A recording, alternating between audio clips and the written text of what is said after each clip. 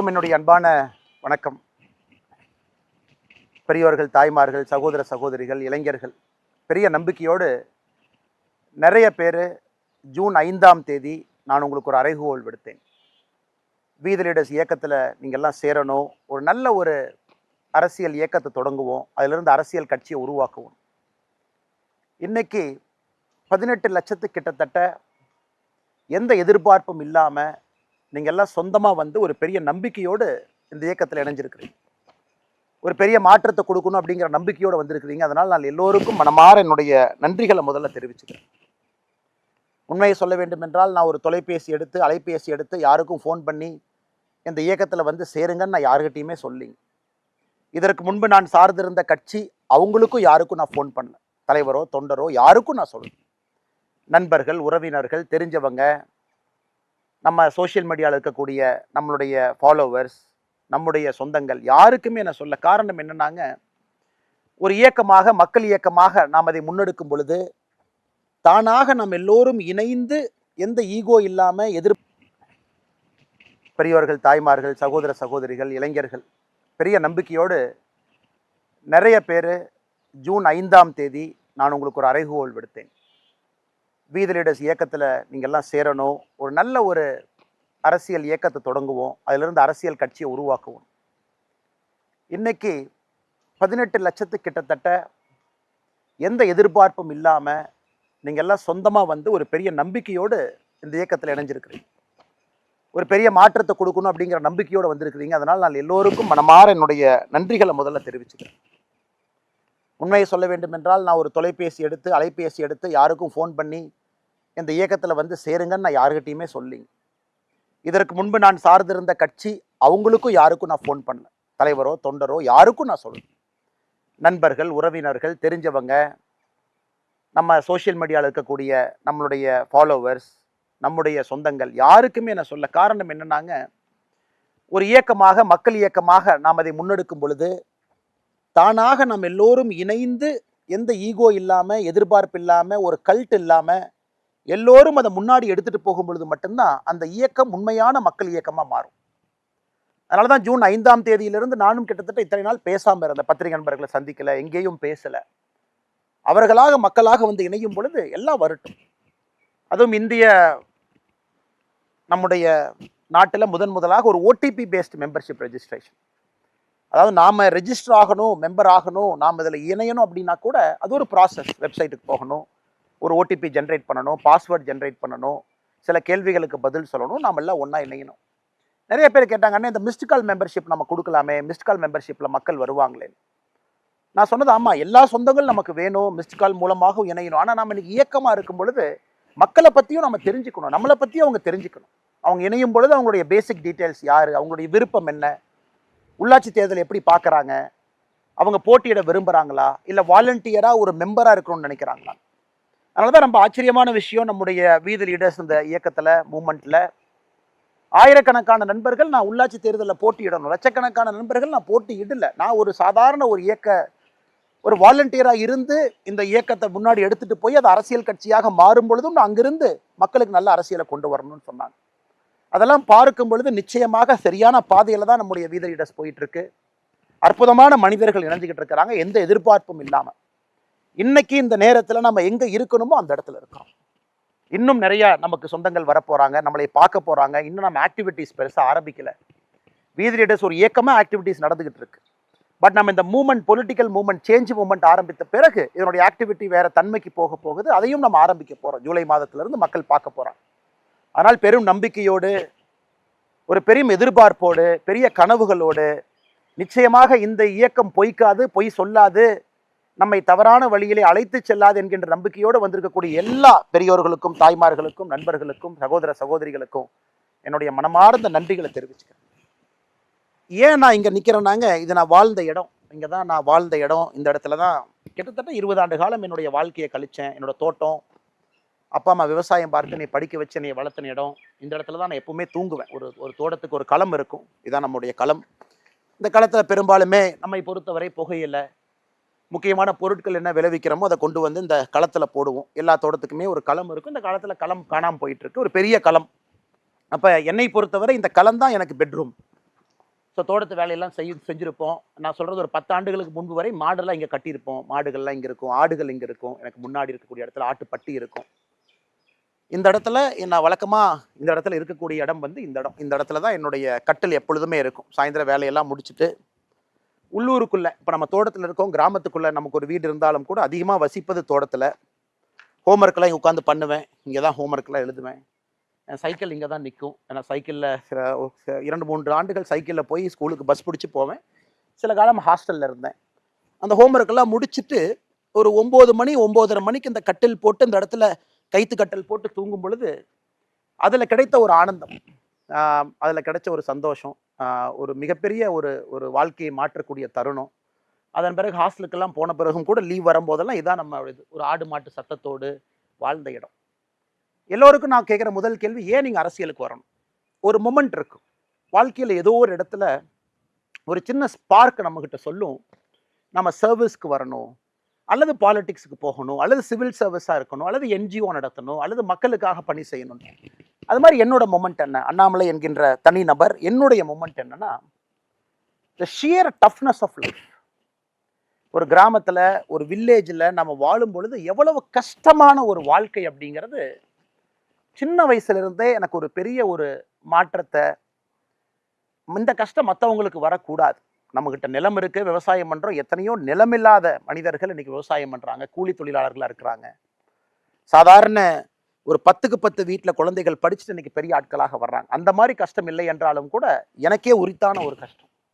விவசாயத்தை நம்பி மட்டும்தான் நம்முடைய வாழ்க்கை. ஆடு மாடு, குட்டி, பால் விற்கிறது, குட்டி விற்கிறது. இங்கே வரக்கூடிய முருங்கை முதல்ல ஒரு காலத்தில் இது ஃபுல்லாக முருங்கை மரமாக இருக்கும். அந்த முருங்கையிலிருந்து வரக்கூடிய வருமானம் அதெல்லாம் நம்மளைய படிக்க வச்சுது, சில இடத்துக்கு கொண்டு போச்சுங்க. அப்போ அந்த ஷியர் டஃப்னஸ் ஆஃப் லைஃப், எவ்வளோ கஷ்டம்.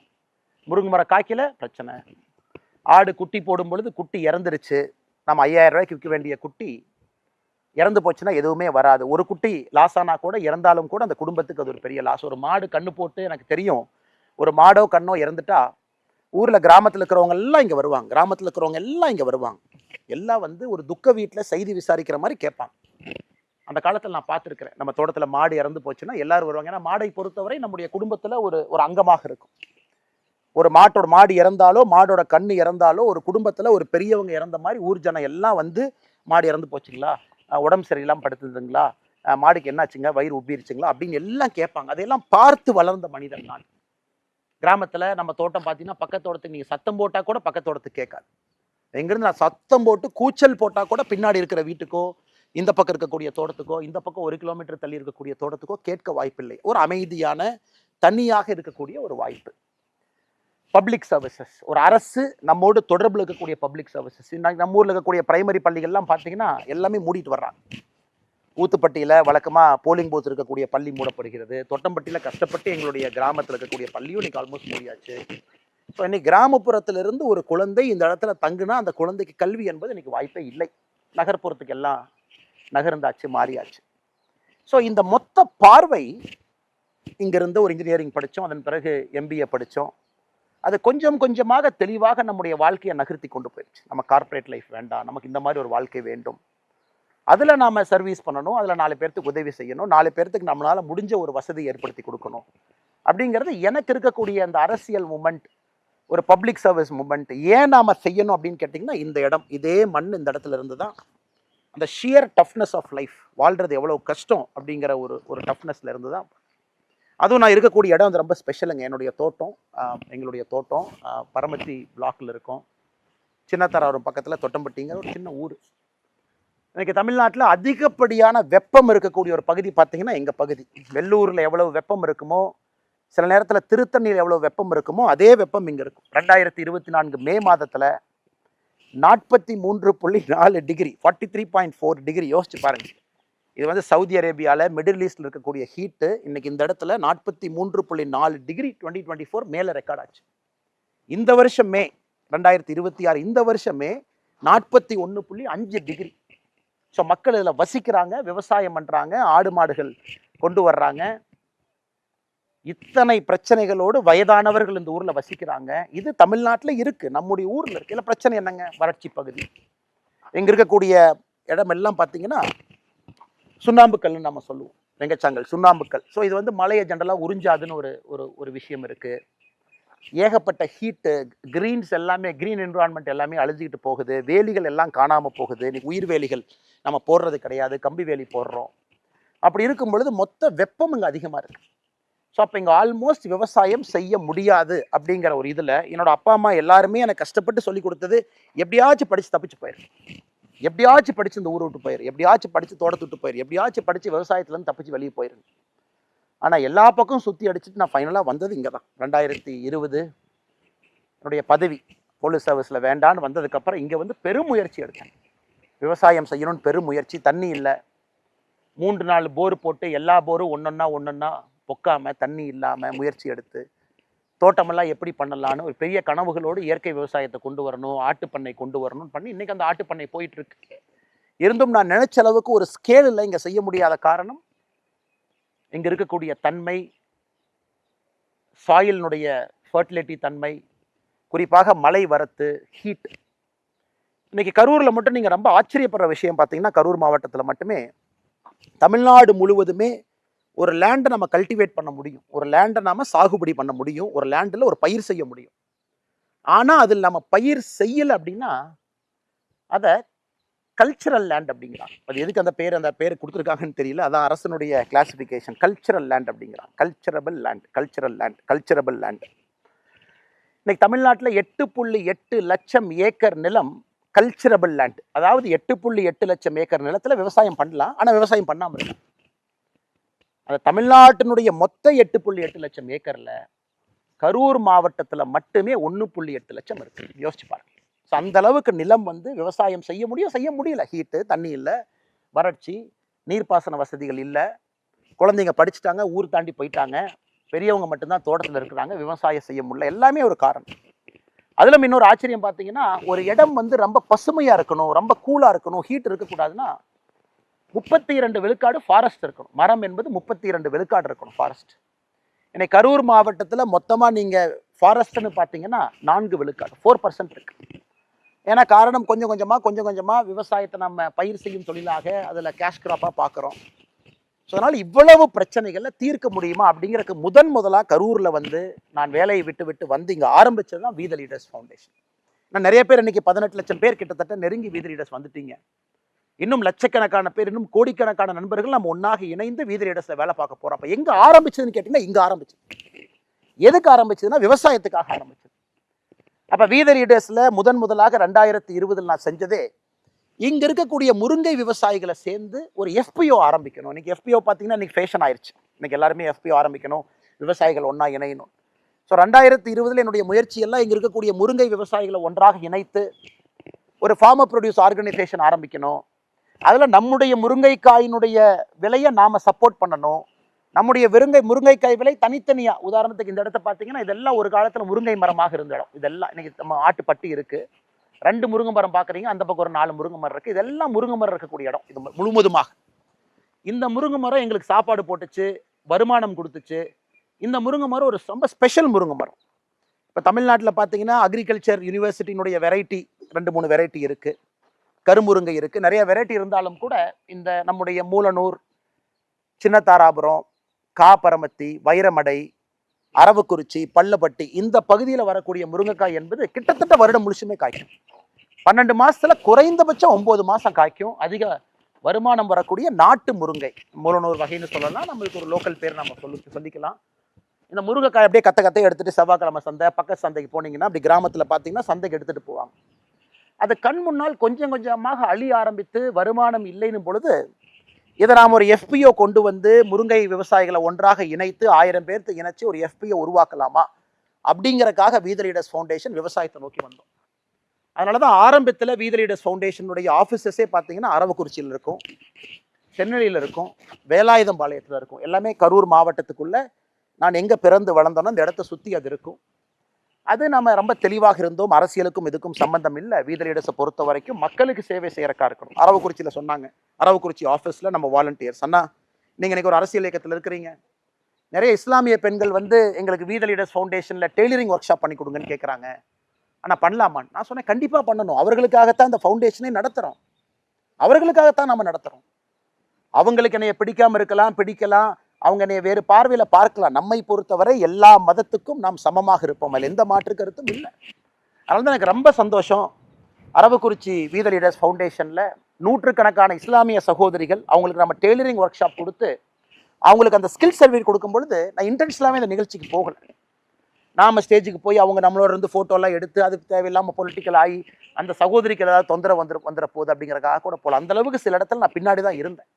இன்னைக்கு சிலம்பமாக இருக்கட்டும், அந்த இடத்துல செஸ் ட்ரைனிங்காக இருக்கட்டும், நிறைய வேலைகளை நம்முடைய சகோதரர் பாஸ்கர், அவங்க நம்முடைய அரவக்குறிச்சியினுடைய வாலண்டியராக இருக்கிறாங்க. ரொம்ப சிறப்பான ஒரு மனிதர், ரொம்ப எக்ஸ்ட்ரீம்லி கமிட்டட். 5 வருஷமாக நான் பார்க்குறேன் நம்முடைய அமைப்பில் எந்த எதிர்பார்ப்பும் இல்லாமல் கிராஸ் ரூட்ஸில் ஒரு அற்புதமாக பணி செய்யக்கூடிய பாஸ்கர் அந்த பகுதியிலிருந்து ஒரு பெரிய மாற்றத்தை அந்த பகுதியில் நடத்தியிருக்காரு. அதே போல் இந்த பக்கம் நம்முடைய தென்னிலையில் வீத லீடர்ஸ் ஃபவுண்டேஷன், அங்கே சுமேஷ் நம்முடைய சகோதரர் ரொம்ப நல்லா ஹார்ட் ஒர்க்கிங் வாலண்டியர். சின்ன உள்ளூர்லேயே படித்த ஒரு பையன் வாலண்டியராக கொண்டு வந்து ட்ரெயின் பண்ணி 2020 சுமேஷ் சொன்னார்னா, நம்ம ஊரில் பிரச்சனை வந்தங்கன்னா ஆடுகள் நிறையா இருக்குங்க பாருங்க, நம்ம தோட்டத்துக்குள்ள ஆடுகள் அங்கே நிற்குது, செம்பரி ஆடுகள் நிற்குது. ஆனால் ஆடுகளுக்கு வந்து நம்ம ஊசி போடணும், வெட்டினரி டாக்டரை கூப்பிட்டு ஒரு ஆட்டுக்கு ஊசி போட்டோம்னா அதே ஒரு பெரிய செலவுங்கண்ணே, ஆட்டுக்கு எவ்வளோ செலவு பண்ணணும், சில பேர் 10 ஆடு 20 ஆடு வச்சிருப்பாங்க. நாமளே மருந்து வாங்கினா பல்கா ஒரு வெட்டினரி டாக்டரை ஹையர் பண்ணி நாமளே ஊசி போட்டா என்னங்கண்ணே? கண்டிப்பாக பண்ணுங்க தம்பி, எந்த தப்பு இல்லை. நம்ம பண்ணுற நோக்கம் மக்களுக்கு நல்லது நடக்கணும், மக்களுடைய வாழ்வாதாரத்தை கொஞ்சம் எளிமைப்படுத்தணும் அப்படிங்கிறக்காகத்தான் நோக்கம். அப்போ கிட்டத்தட்ட 8500 ஆடுகளை தாண்டி அங்கே நாம் ஆடுகளுக்கு பார்த்தீங்கன்னா இந்த நிறைய நோய் வரும். குறிப்பாக ஆடு உணவு உள்ளக்கூடிய பகுதி, வாய்ப்பகுதியில் நிறைய வரும். அது அப்புறம் பூச்சி வரும், சொத்த வைக்கும், ஈ எல்லாம் போகும். அதெல்லாம் நீங்கள் பக்காவாக பார்த்துக்கணும், சரியான நேரத்தில் அதுக்கு வந்து தடுப்பூசி போடணும். ஸோ அதுக்கு முக்கியத்துவம் கொடுத்து 8500 ஆடுகளை தாண்டி தென்னிலை பகுதி முழுவதுமே இந்த பகுதியெல்லாம் நம்முடைய ஆட்டுக்கு ஊசி போட்டு வந்தோம் 1 வருஷம் 2 வருஷம். அப்புறம் மாடுகளுக்கு ஊசி. இதெல்லாம் பார்த்தீங்கன்னா ஒரு இடத்துலையும் அந்த தன்மைக்கு தகுந்த போல வீத லீடர்ஸை நம்ம அலோவ் பண்ணோம். நீங்கள் இப்படி பண்ணுங்க, கோயம்புத்தூரில் வீத லீடர்ஸனுடைய ஆஃபீஸ் இருக்கீங்க, இந்த மாதிரி நீங்கள் வேலை பாருங்க, நமக்கு எந்த அப்ஜெக்ஷனும் கிடையாது. நம்முடைய நோக்கம் to touch humanity, to make a change. அப்புறம் தனியார் நிறுவனத்தோடு இணைந்து இன்ஜினியரிங் கல்லூரி, ஆர்ட்ஸ் கல்லூரியில் இணைந்து அவங்களுக்கு ஸ்கில்லிங் பயிற்சி, ப்ராஜெக்ட் தலைவா, இப்போ அது ப்ராஜெக்ட் தலைவாங்கிற பேரில் இருக்குது. இதுக்கு முன்பு ஒரு 5 இன்ஜினியரிங் காலேஜஸ், 3 டிப்ளமோ கல்லூரிகளில் அவங்கள பிளேஸ்மெண்ட் ரெடியாக செய்யணும் அப்படின்னு அது ஒரு பெரிய நோக்கத்தோடு செஞ்சோம். ஸோ இத்தனை காலமாக ஏன்னா வீத லீடர்ஸ் பற்றி உங்களுக்கு ஒரு அறிமுகம் இருக்கணும் அப்படிங்கிறக்காக தான் நான் பேசுகிறேன், இது தவறாக நினச்சிக்காதீங்க. ஆனால் எல்லோருமே இன்னைக்கு நம்ம ஒரு குடும்பமாக வீத லீடர்ஸில் இணைஞ்சிருக்கோம். ஒரு மாற்றத்தை நோக்கி போகிறோம், அந்த மாற்றம் அடிப்படையிலிருந்து ஆரம்பிக்கணும், அரசியல் மாறணும்னு நினைக்கும் பொழுது இது வீத லீடர்ஸ்னுடைய பாதை. இங்கேருந்து ஆரம்பிச்சது, அது எப்படி செய்யலான்னு யோசித்து கொஞ்சம் கொஞ்சமாக அது அப்படியே படிப்படியாக வந்து இன்னைக்கு அது ஒரு மக்கள் இயக்கமாக மாறி உங்கள் முன்னால் நின்று கொண்டிருக்கிறது. பெரிய ஆதரவு கொடுத்துக்கிட்டு இருக்கீங்க. இப்போ நம்முடைய நோக்கம் எல்லாம் வருகின்ற மாதங்களில் இந்த மெம்பர்ஷிப் டிரைவும் போயிட்டே இருக்கு, புதுசாக மெம்பர்ஸும் வர்றாங்க. அப்படியே நம்ம முன்னாடி போக போக நம்முடைய நோக்கமெல்லாம் வீத லீடர்ஸ் என்கின்ற ஒரு அமைப்பு ஒரு மக்கள் இயக்கமாக, மக்கள் சக்தியாக, ஒரு ப்ராப்பர் பொலிட்டிக்கல் மூமெண்ட்டாக, மக்களுடைய சோஷியல் இஷ்யூவை பேசக்கூடிய ஒரு இயக்கமாக மாறும். மக்களுடைய அன்றாட பிரச்சனைகளை பேசணும். இன்னைக்கு அரசியல் கட்சிகள், நான் யாரையும் குறை சொல்லலை, எத்தனை அரசியல் கட்சிகள் மக்களுடைய அன்றாட பிரச்சனைகளை இன்னைக்கு பேசுகிறாங்க. ஒரு நடுத்தர குடும்பத்தினுடைய வாழ்க்கை, விவசாயம் பார்த்தீங்கன்னா இன்னைக்கு நிலத்தில் எங்கேயுமே விவசாயம் பண்ணக்கூடிய முடியாது, உணவுப் பொருட்களில் நச்சாயிட்டு இருக்கு, காற்று சுகாதாரம் இல்லாத ஒரு காற்று, ஆரோக்கியம் இல்லாத நிறைய வாழ்க்கைகள், அர்பன் கன்ஜெஷன், ரூரல் ஏரியாவிலிருந்து அடுத்த தலைமுறை பட்டதாரிகள் எல்லாம் வெளியே போயிட்டு இருக்காங்க. அப்போ நம்ம இதை பற்றி நம்ம எதுவுமே பேசுறது. இன்னும் 10 ஆண்டுகள் கழிச்சு இந்த இடம் எப்படி இருக்கும் சத்தியமாக எனக்கு தெரியாது. ஊர் எப்படி இருக்கும் தெரியாது, கிராமம் எப்படி இருக்கும் தெரியாது. இளைஞர்கள் யாராவது வந்து நம்ம ஊரில் விவசாயம் பண்ணுவாங்களா? கண்டிப்பாக தெரியாது. இதையெல்லாம் மாற்றணும், இந்த இஷ்யூஸ் எல்லாம் கையில் எடுக்கணும். ட்ரக்ஸ் ஒரு பெரிய பிரச்சனை, எல்லாத்தையும் பாதிக்குது. வேர்ல்டு ஃபுல்லாக நமக்கு தெரியும்.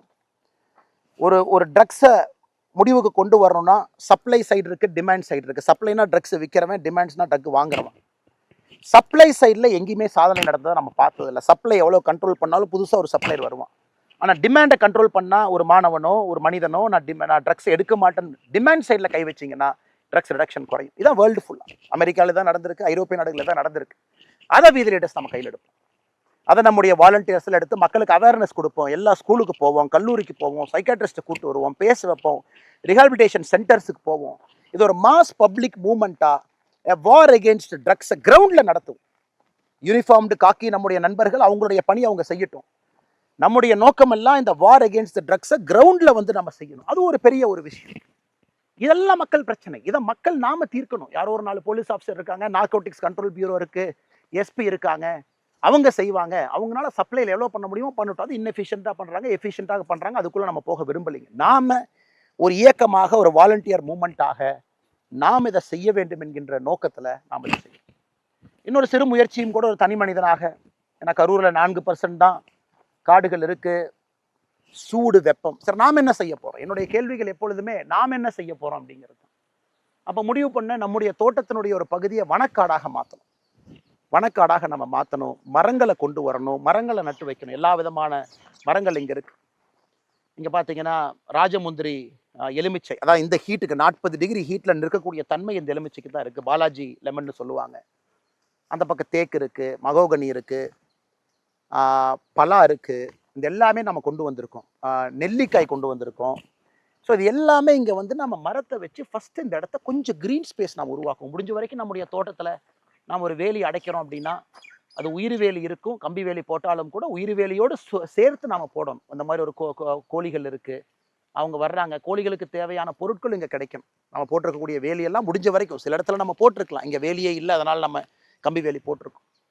ஸோ நம்மளால் என்ன முடியுமோ இந்த மரங்கள்லாம் எப்படி நம்ம கொண்டு வர்றது, அந்த மரங்களை எங்கிருந்து கொண்டு வர்றது. வனத்துக்குள் திருப்பூர் ஒரு அற்புதமான ஒரு இயக்கம். இன்றைக்கி இந்த பகுதி முழுவதுமே போய் நிறைய மரங்களை விவசாய இடத்துல வச்சுக்கிட்டு இருக்கிறாங்க. அவங்க உதவியை கேட்டு இன்றைக்கெல்லாம் ஒரு 6-7 மாதத்தில், ஒரு வருஷத்துக்குள்ளேயே மரங்கள் எல்லாம் அப்படியே வர ஆரம்பிச்சிருக்கு. என்னை பொறுத்தவரை இந்த ஹீட்டை தாண்டிடுச்சுன்னா, இந்த ஏப்ரல், மே, ஜூன் 3 தான் நான் பயந்துக்கிட்டு இருந்த நாட்கள். இதை தாண்டி கொஞ்சம் மழை காலம் வந்து தப்பிச்சுக்கிட்டோம்னா எல்லாமே அடுத்த கட்டம் போயிடலாம். இது ஃபுல்லாக, இந்த பகுதி ஃபுல்லாக நீங்கள் பார்க்கலாம். ஸோ நாம் ஒரு தனி மனிதராக நம்முடைய தோட்டத்தில் ஒரு பகுதியில் மரம் வளர்ப்போம், பச்சையை கொண்டு வருவோம். கொஞ்சமாச்சு இந்த பகுதியில் கொஞ்சம் ஹீட்டு குறையட்டும். இது நாளைக்கு இந்த பழங்கள் நமக்கு பயன்படாது, நம்முடைய சந்ததியருக்கு, யாருக்காவது பக்கத்தோட்டத்தில் குழந்தைகளுக்கு உள்ளூர்லேருந்து நடந்து வந்து பழம் பறித்து சாப்பிட்றாங்க. ஏன்னா நான் சின்ன குழந்தையாக இருக்கும்போது அப்படி தாங்க இருந்துச்சு. ஏதோ ஒரு தோட்டத்துக்குள்ளே போய் பழத்தை பறிச்சுட்டு வருவோம், இன்னைக்கு இல்லை. ஸோ இது ஒரு கான்ட்ரிபியூஷன். இது ஒரு குவாலிட்டியாக வீத லீடர்ஸில் கொண்டு வர முடியுமா? Can we make trees? Can we keep trees? 1 லட்சம், 5 லட்சம், 10 லட்சம், 1 கோடி, 20 கோடி, நிறைய எத்தனையோ செலிபிரிட்டிஸ், நடிகர் விவேக் அவங்க உட்பட எத்தனையோ பேர் மரத்துக்காக தன்னுடைய வாழ்க்கையை அர்ப்பணித்தவங்க எத்தனையோ பேர் இந்த மண்ணில் இருக்காங்க. இன்னைக்கு மரத்தை நாம் ஒரு சின்ன இனிஷியேட்டிவாக இங்கே பண்ணியிருக்கோம், இந்த ஏரியா ஃபுல்லாக பண்ணியிருக்கோம். திரும்ப அந்த பக்கம் நாம் பலா வச்சுருக்கோம். அதெல்லாம் வரட்டும். ஆனால் இன்னைக்கு நாளைக்கு ரிசல்ட் எதிர்பார்த்தீங்கன்னா வராது, நாளானிக்கு வருமா வராது, அடுத்த வருஷம் வருமா வராது, 2-3 ஆண்டுகள் வேணும் இதெல்லாம் ஒரு ஷேப்புக்கு வர்றக்கு. ஏன்னா அங்கே இருக்கக்கூடிய அந்த சின்ன மரங்கள் பார்த்தீங்கன்னா நான் 2020 இங்கே நான் தான் வச்சேங்க. அந்த 2 மரத்தையும் நான் தான், அந்த பச்சை மரங்கள் நீங்கள் பார்க்குறீங்க, அந்த 2 பச்சை மரம் பெருசாக இருக்கிறது. அப்போ இந்த இடம் ஃபுல்லாக ட்ரையாக இருக்கேன்னு 2020 வச்சது. இன்றைக்கி 6 ஆண்டுகள் பழிச்சு இன்றைக்கி தான் பார்த்தீங்கன்னா அந்த மரங்கள் கொஞ்சம் நிலம் கொடுக்குது. இன்றைக்கி நம்முடைய காலை தீரன் இப்போ அதில் ஜல்லிக்கட்டுலாம் முடிச்சுட்டு வந்திருக்காங்க. ஸோ தீரன் காலைக்கு அங்கே தான் நான் வரும்போது அங்கே நிப்பாட்டி எல்லாம் குளிப்பாட்டிக்கிட்டு இருந்தாங்க. ஸோ அந்த மரத்துக்கு கீழே இது 6 ஆண்டுகள் ஆச்சு இந்த ஹைட்டுக்கு வந்து இந்த ஷேடு வர்றதுனால நிச்சயமாக இது வரும். ஸோ வீத லீடர்ஸ் நான் அடிக்கடி சொல்கிறது பொறுமை பொறுமை பொறுமைன்னு என்ன சொல்கிறேன் அப்படின்னாங்க, இன்னைக்கு நீங்கள் விதைச்சிங்கன்னா நாளைக்கு காலையில் அறுவடை பண்ண முடியாது. வேண்டாம். நாம் பொலிட்டிக்கல் பார்ட்டி மாதிரி ஷார்ட் டேர்மாக திங்க் பண்ண வேண்டாம். Political moment things long term. நம்ம லாங் டேர்மாக திங்க் பண்ணணும். இன்னைக்கு இந்த சமுதாய பிரச்சனைகள் நாம் ஜூலையில், ஆகஸ்ட்டில், செப்டம்பர், அக்டோபரில் வரிசை எடுக்கிறோம், மக்களை பார்க்குறோம். எல்லாரும் சேர்ந்து ஃப்ரீயாக ரிலாக்ஸ்டாக பீப்புள் ப்ராப்ளத்தை நம்ம டார்கெட் பண்ணிக்கிட்டே வர்றோம், பீப்புள் மூமெண்ட்டாக செய்கிறோம். ஒரு நாள் நம்ம அரசியல் இயக்கமாக மாற போகிறோம். அது மக்கள் கேட்பாங்க, என்னைக்கு அரசியல் கட்சியாக வரப்போறீங்க, நம்ம வேலையை பார்த்து மக்கள் கேட்க போகிறாங்க.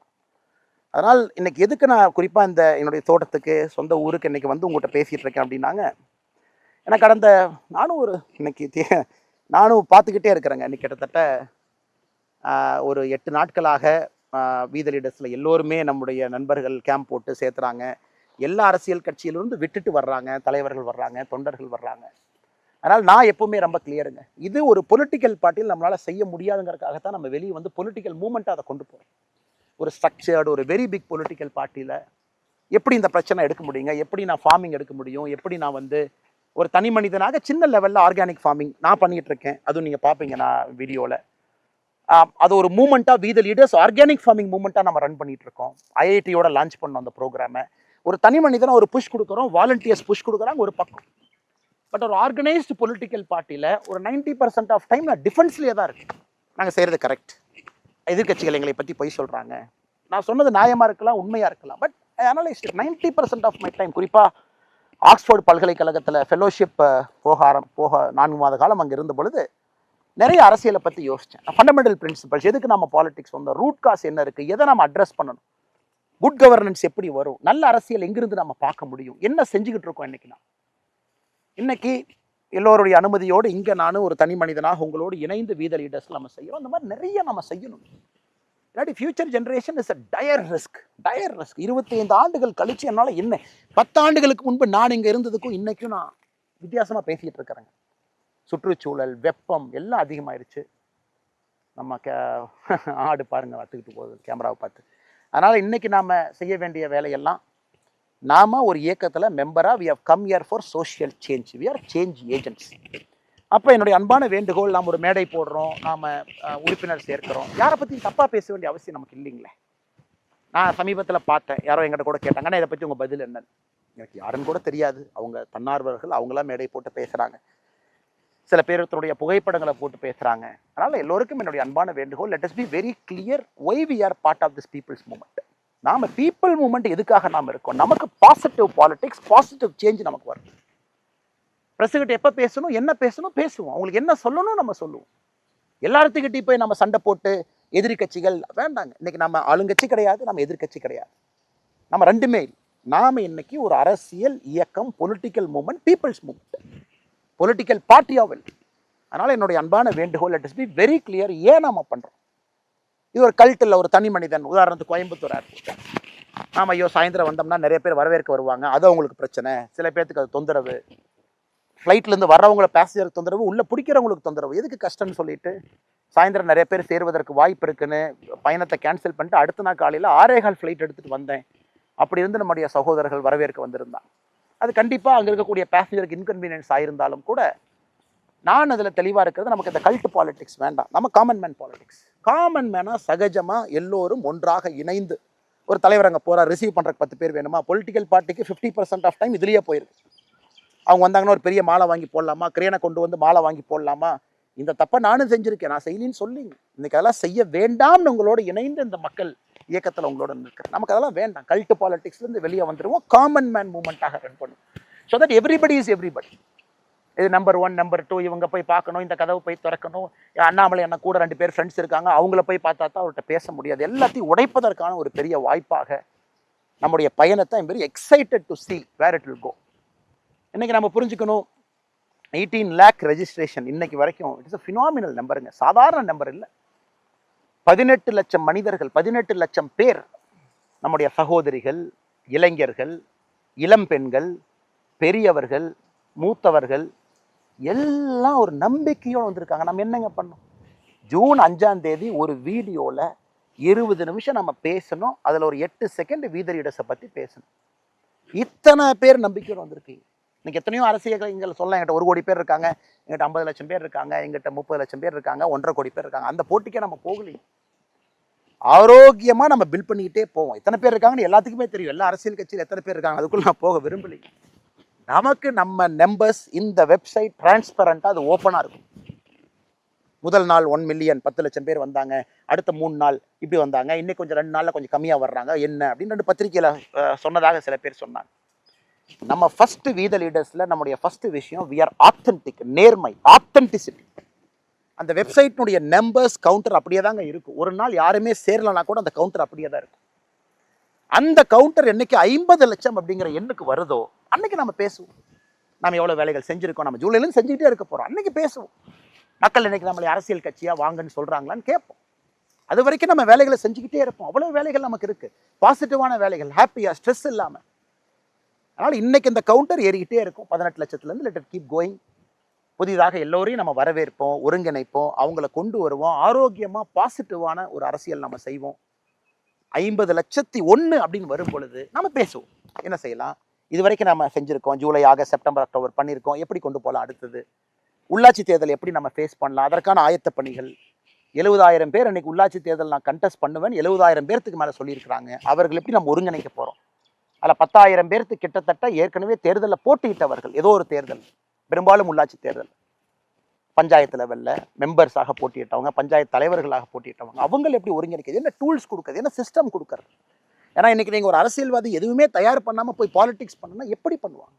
ஃபினான்ஸ் எப்படி, ஸ்டேட் எக்ஸ்பெண்டிச்சர் எப்படி இருக்குது, டாக்ஸேஷன் எப்படி, மத்திய அரசு எவ்வளோ பணத்தை டிவால்வ் பண்ணுறாங்க, பஞ்சாயத்துக்கு எவ்வளோ பணம் வருது, பஞ்சாயத்தினுடைய அடிப்படை ப்ராப்ளம்ஸ் என்ன, அர்பன் ஏரியா எப்படி இருக்குது, ரூரல் ஏரியா எப்படி இருக்குது, அது எதுவுமே தெரியாமல் நாம் ஒருத்தர் போய் பஞ்சாயத்து எலெக்ஷன் நிற்க வச்சு how will they help people?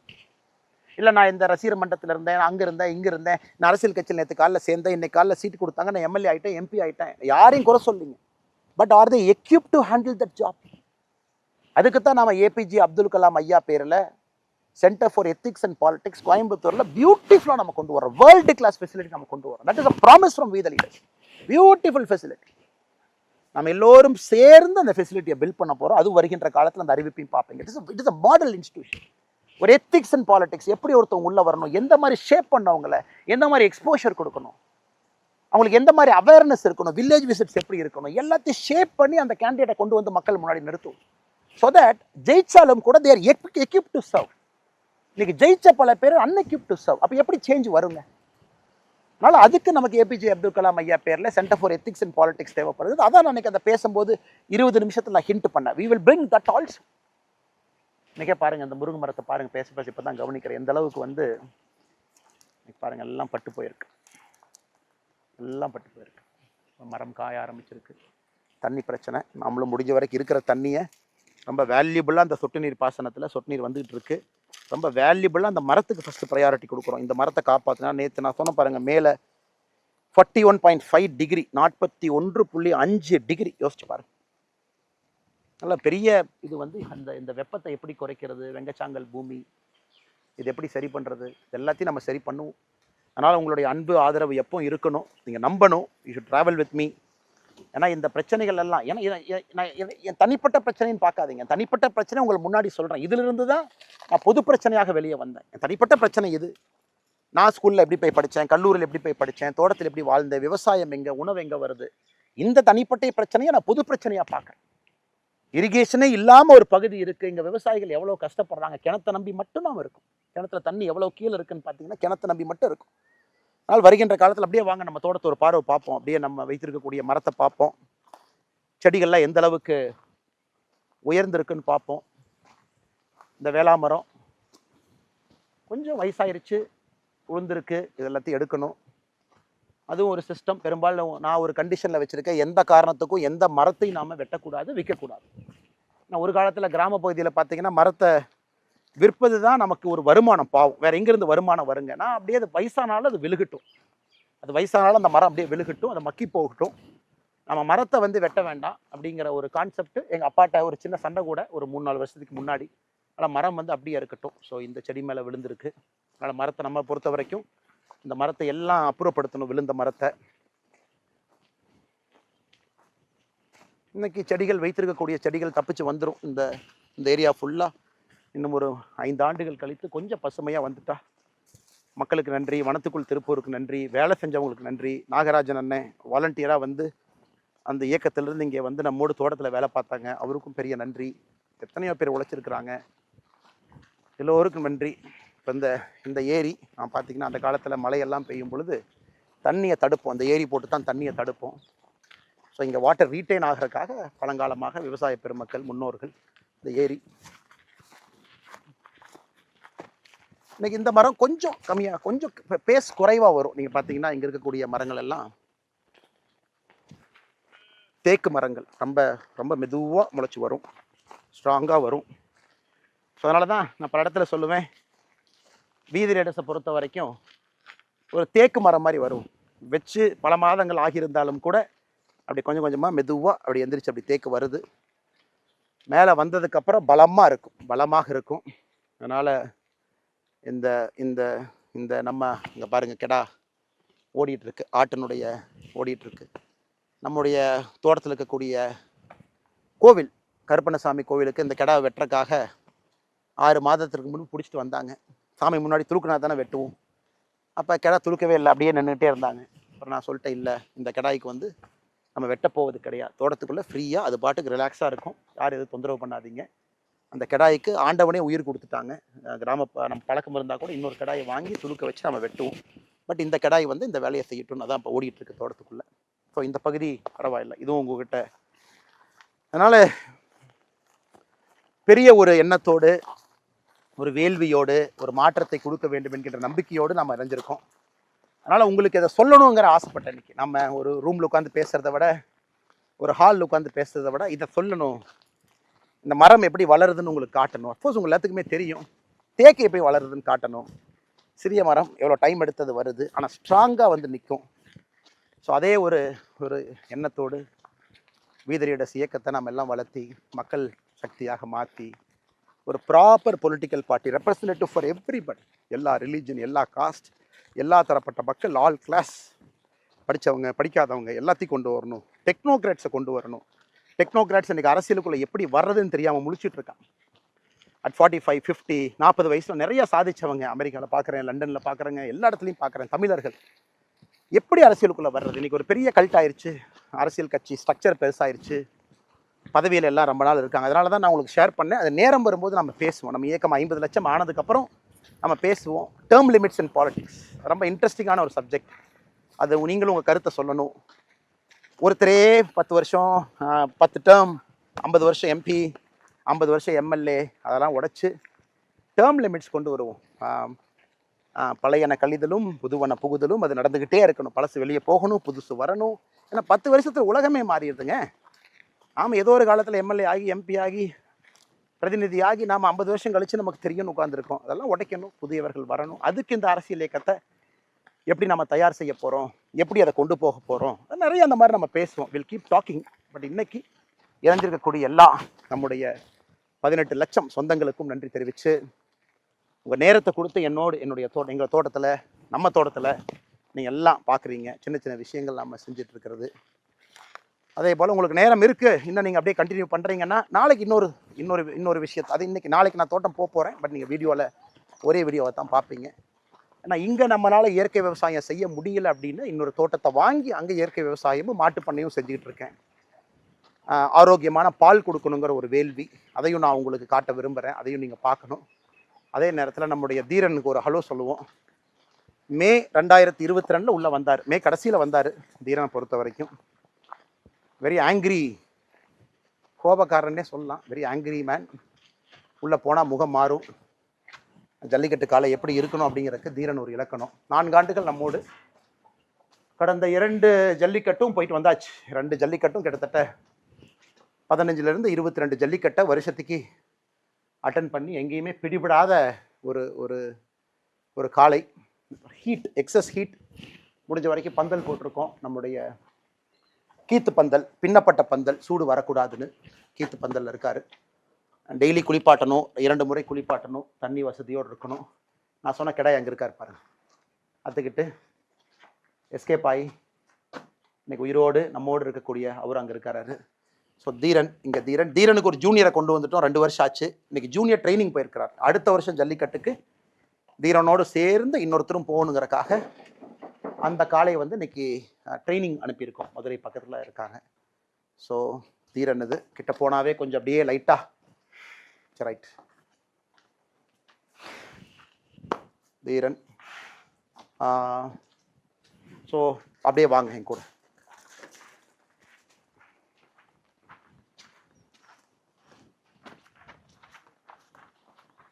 அனைவருக்கும் மறுபடியும் என்னுடைய வணக்கம். நான் ஏற்கனவே உங்கள்கிட்ட சொன்ன மாதிரி இன்றைக்கி இன்னொரு தோட்டத்துக்கு நாம் போவோம். அங்கே செஞ்சிட்ருக்கிற விவசாயத்தை கூட பார்ப்போன்னு உங்களுக்கு சொன்னேன். இன்றைக்கி நாம் இன்னொரு தோட்டத்தில், இது முற்றிலும் மாறுபட்ட ஒரு தோட்டம். நான் பிறந்த ஊர் நேற்று நம்ம பேசும்பொழுது நான் உங்களுக்கு காட்டினேன். 41 டிகிரி எவ்வளோ கஷ்டப்பட்டு அங்கே நம்ம பண்ணுறோம். அதே நேரத்தில் மக்கள் எவ்வளோ கஷ்டப்படுறாங்க. அது ஒரு ஒரு விதமான விவசாயம்.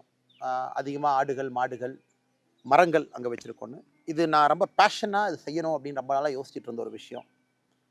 நம்ம வாழ்க்கையில் அதை கண்டிப்பாக பண்ணணும்.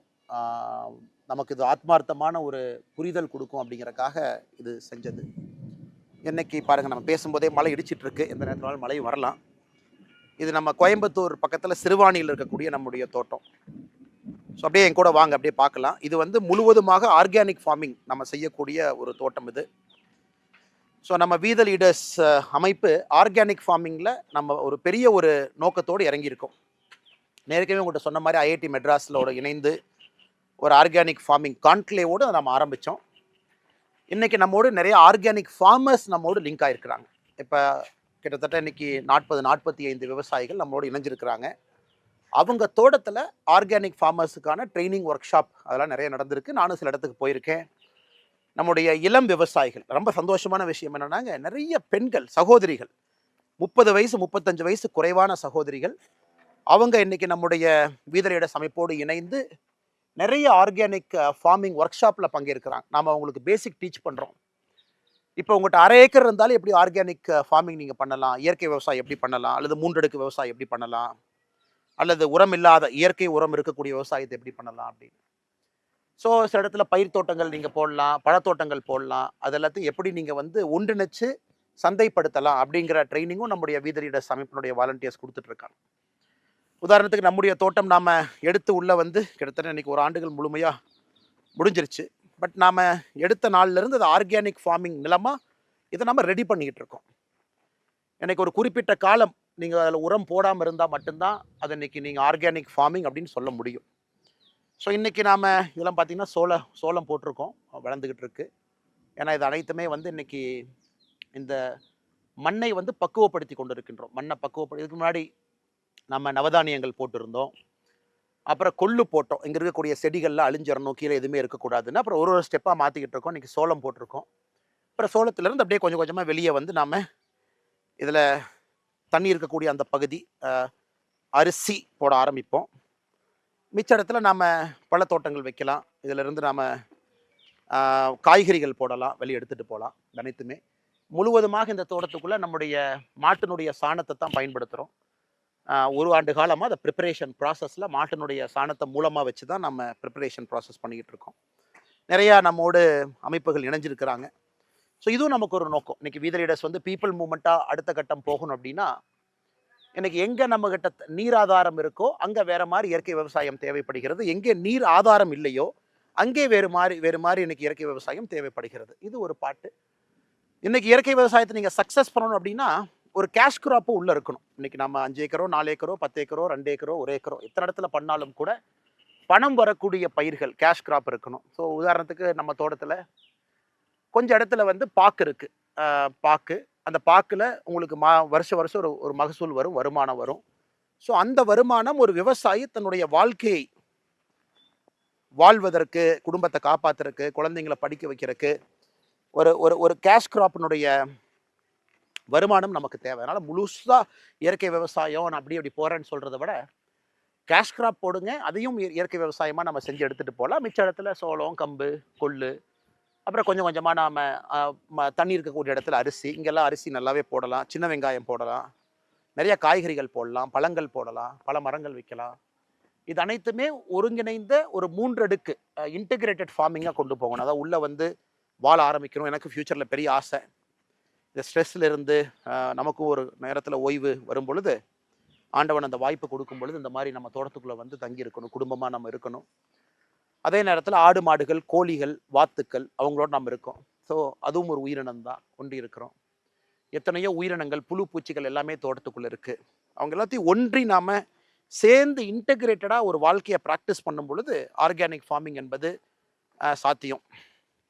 இந்த ஒன் ஸ்ட்ரா ரெவல்யூஷன், ஒரு நெல் புரட்சி, மசானாபே அவருடைய புத்தகத்தை நாம் ஒரு பெரிய ஜாப்பனீஸ் ஃபார்மா 1950-60 காலகட்டத்தில் ஒரு பெரிய புரட்சியை ஜப்பானில் நடத்தி காட்டிய ஒரு மனிதர். அப்புறம் நம்மாழ்வார் ஐயா, இவங்க எல்லாமே நமக்கு ஒரு பெரிய இன்ஸ்பிரேஷன். நம்மாழ்வார் ஐயாவை பொறுத்த வரைக்கும் எந்த இடத்துல வேண்டுமானாலும் இயற்கை விவசாயம் செய்து காட்ட முடியும் என்பதை தொடர்ந்து நமக்கு காட்டியவர்.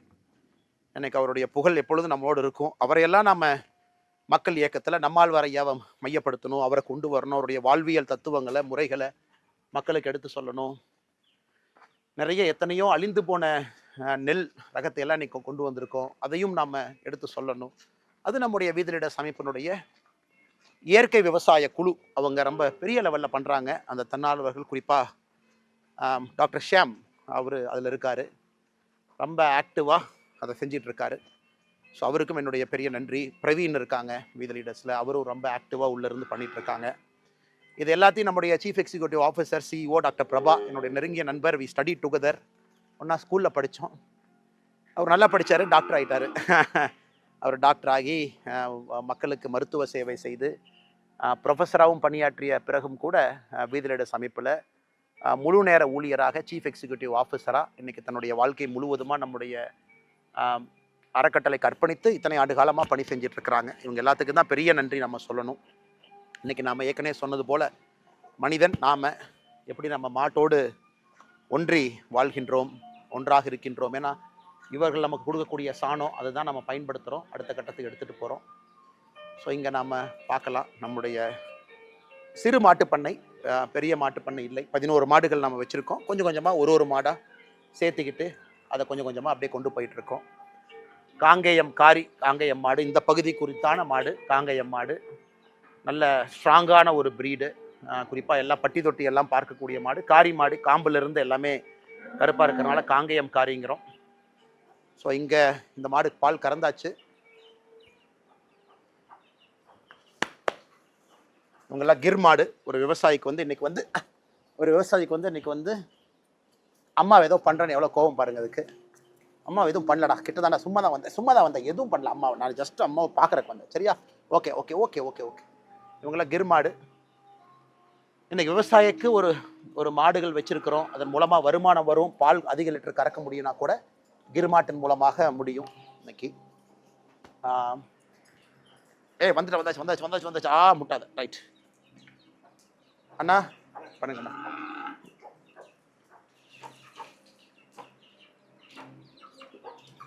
அதே போல் நம்முடைய தார்பார்க்கர் மாடுகள், இதுவும் ரொம்ப ஸ்ட்ராங்கான ஒரு ப்ரீட். எல்லாமே குஜராத், பஞ்சாப் அந்த இடத்துல இருக்கக்கூடிய மாடுகள், இயற்கை மாடுகள். எல்லாமே A2 பால் கொடுக்கக்கூடிய மாடுகள், இயற்கையான மாடுகள்.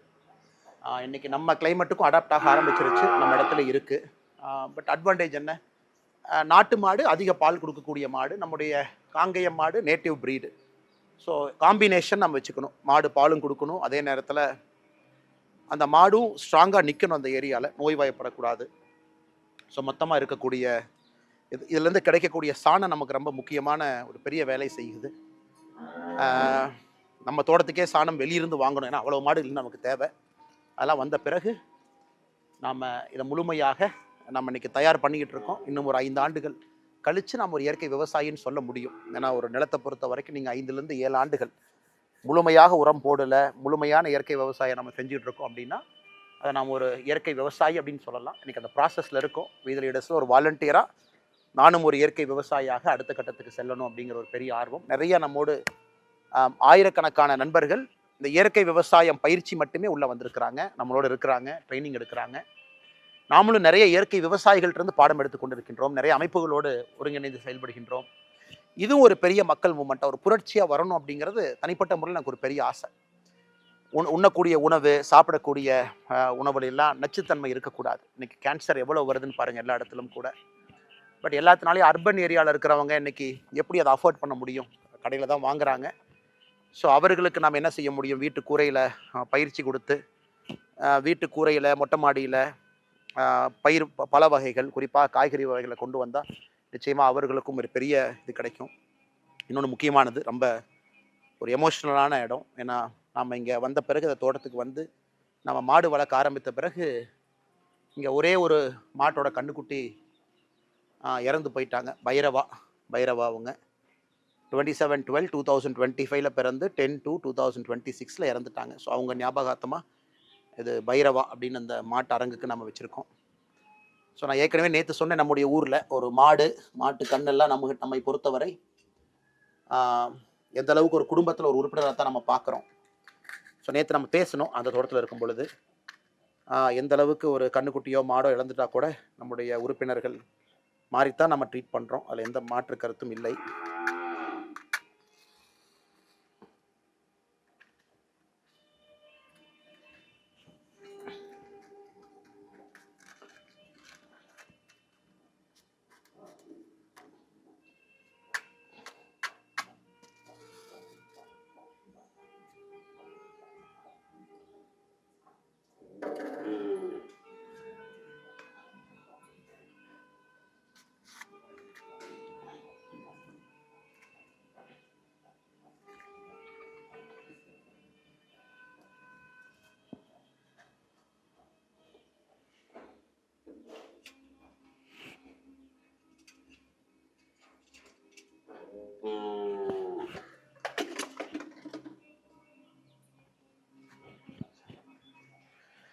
ஸோ அதனால் எனக்கு எல்லார்ட்டையும் அன்பு வேண்டுகோள், அரசியல் நம்முடைய வாழ்வியல் முறையில் ஒன்றா மாறணும். அதற்கு மக்கள் நாம மாறணும். அதனால தான் நம்மளுடைய நோக்கமே மாறுவோம் மாற்றுவோம். நாம மாறணும். நமக்கு நம்முடைய வாழ்க்கைக்குள்ள சின்ன சின்ன மாற்றங்களை கொண்டு வரணும். இயற்கையோடு ஒன்றி இருக்க ஆரம்பிக்கணும். காரணம், இன்னைக்கு எல்லா அரசியலுமே இன்னைக்கு என்ன அப்படின்னு நம்ம பேசுறோம். இன்னும் 20 ஆண்டுகள் கழித்து எப்படி இருக்குன்னு நீங்க யோசிச்சு பாருங்க. வெப்பமடைதலை பத்தி யோசிச்சு பாருங்க. நச்சுத்தன்மை இருக்கக்கூடிய உணவுகளை பத்தி யோசிச்சு பாருங்க. நம்முடைய குழந்தைகள் எப்படி எங்க மாசுபட்ட காத்துல எப்படி நம்முடைய குழந்தைகள் வாழுவாங்கன்னு பாருங்க. ஸோ நம்முடைய மக்கள் இயக்கம், நம்முடைய அரசியல் என்பது நாளைய மாற்றத்திற்கான அரசியல். அதை நோக்கி நம்ம போறோம். அதற்கு முதல்ல நாம சின்ன சின்ன மாற்றங்களை நமக்குள்ள கொண்டு வரணும். அவேர்னஸை கொண்டு வரணும். அதன் பிறகு அது போன்ற தலைவர்களை நம்ம தயார் பண்ணணும். அவர்களை தயார்படுத்தணும். களத்தில் நிற்கணும். அதன் பிறகு ஒரு ஆட்சியை கொண்டு வரணும். அது செய்யும் பொழுது நிச்சயமாக ஒரு பெரிய மாற்றம் நடக்கும் என்பதில் நான் உறுதியாக இருக்கேன். I am very excited. ஏற்கனவே சொன்னது போல் 2009 பொலிட்டிக்கல் இன்டர்ன்ஷிப் ஆரம்பித்து 2020 அரசியல் கட்சியில் இணைந்து இன்னைக்கு ஒரு மக்கள் இயக்கமாக உங்கள் முன்னாடி இருக்கும் பொழுது ஒரு முறையும் கூட அதே முயற்சி தான். Can we get better politics done? Can we make politics that is governance based, development orient, அடுத்த தலைமுறைக்கான அரசியல். அதனால் மாறுவோம் மாற்றுவோம். இது உங்களுக்கு வீத லீடர்ஸை அறிமுகப்படுத்தக்கூடிய சிறு முயற்சி. நான் நிறைய பேர் நம்பிக்கையோடு அத்தனை பேர் இணைஞ்சிருக்கிறீங்க. இன்னும் நம்பிக்கையோடு சேர்ந்துக்கிட்டே இருங்க. நம்ம பேசினது எல்லாமே இயக்கமாக மாறணும். இயற்கை விவசாயம், போதைப் பொருளுக்கு எதிரான நம்முடைய நிலைப்பாடு, ரோட் டிராஃபிக் ஆக்சிடென்ட் இந்தியாவில் மிக அதிக, இன்னைக்கு world capital of road traffic accident நம்ம தான். 1.5 லட்சம் பேத்துக்கு மேலே இறக்குறாங்க. அது தமிழ்நாடு தான் இந்தியாவில் நம்பர் 1. அதை நம்ம சரி செய்யணும். வயதானவர்கள் எத்தனையோ பேர் தனிமையில் இருக்காங்க, சைலண்டாக இருக்காங்க, வீட்டுக்குள்ள கூட யாரும் பேசுறதில்ல. அதை சரி பண்ணணும். இதெல்லாம் கூட வருகின்ற காலத்தில் நம்ம ஒரு மக்கள் மூமெண்ட்டாக இயக்கமாக எடுத்து நிறைய தலைவர்கள் உருவாக்குவோம். இதெல்லாம் கூட உள்ளாட்சியில் நம்ம அதை கொண்டு வருவோம். நம்முடைய பிரதிநிதிகள் வரும்பொழுது உள்ளாட்சியில் இது எல்லாமே அறம் சார்ந்த அரசியலை உள்ள கொண்டு வருவோம். அறம் சார்ந்த வாழ்க்கையை கொண்டு வருவோம். அது பெரிய மாற்றத்தை கொண்டு வரும் என்கின்ற முழு நம்பிக்கையோடு மிக பொறுமையாக இணைந்து இதெல்லாம் பார்த்துக்கிட்டு, இதனால் வீத லீடர்ஸ் உண்மையாலுமே களத்தில் இருக்குது. நம்ம இந்த மாற்றத்தை பண்ணிக்கிட்டு இருக்கோம். இன்றைக்கி இத்தனை லட்சம் பேர் சேர்ந்துருக்கிறீங்க. யோசிச்சு பாருங்கள். இன்றைக்கி சில 100 சில 1000 பேர் இருந்து இந்த வேலைகள்லாம் செஞ்சுருக்கும் பொழுது இத்தனை லட்சம் பேர் இணைஞ்சு ஒரு மக்கள் இயக்கமாக நாம் கொண்டு போகும் பொழுது எவ்வளவு பெரிய மாற்றத்தை கொடுக்க முடியும். மாறுவோம் மாற்றுவோம்.